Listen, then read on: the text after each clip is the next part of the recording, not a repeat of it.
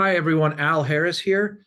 I wanted to touch on the concept of protecting your data if your computer is stolen. I was recently contacted by a company that had suffered from computer theft. They wanted their data locked down in case it ever happened again, be it at their business location, an employee's home, or a car. To satisfy their request, my team and I implemented what's called full disk encryption, sometimes abbreviated as FDE, on all their computers. Full disk encryption protects the data on your computer's hard drive if the operating system detects tampering. So how do you set up full disk encryption to begin with? On the Windows PC platform, you enable a feature called Bitlocker, okay, which is included with the operating system. Enabling Bitlocker is not a difficult process, but you will need to securely store and be able to easily access the unlock key, a long series of letters and numbers that it provides you. This is also referred to as a decryption key.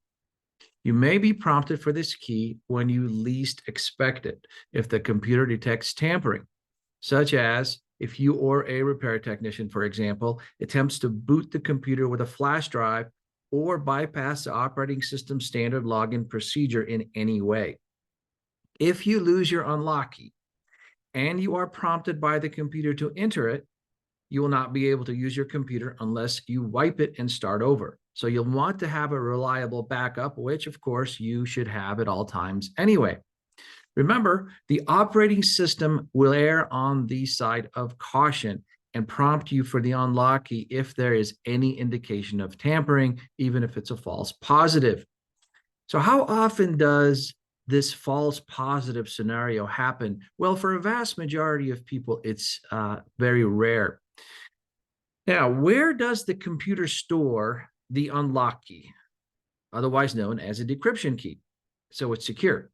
On business class computers such as Dell Optiplex, HP EliteDesk, and Lenovo ThinkPad, just to name a few, the key is stored in a chip called the Trusted Platform Module.